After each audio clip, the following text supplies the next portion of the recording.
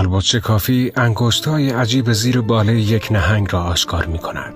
دیوانه کننده است، اما روزگاری حدود 50 میلیون سال پیش بر روی خشکی قدم می‌زدند. از اولین جد نهنگ‌ها، این دوهایست یک جانور کوچک بود که از ترس پرندگان شکاری به زیر آب پنهان می‌شد.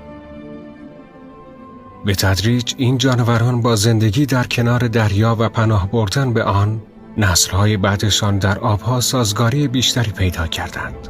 از جانورانی که مانند سگ شنا می‌کردند، تبدیل به جانورانی شدند که اندام‌های قوی‌تری برای شنا داشتند.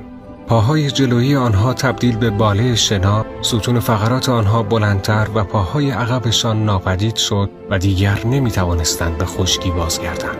نکته‌ای که باید توجه داشته باشید این است که فرگشت یک روند خطی نیست و این تغییرات طی هزاران نسل رخ داده است.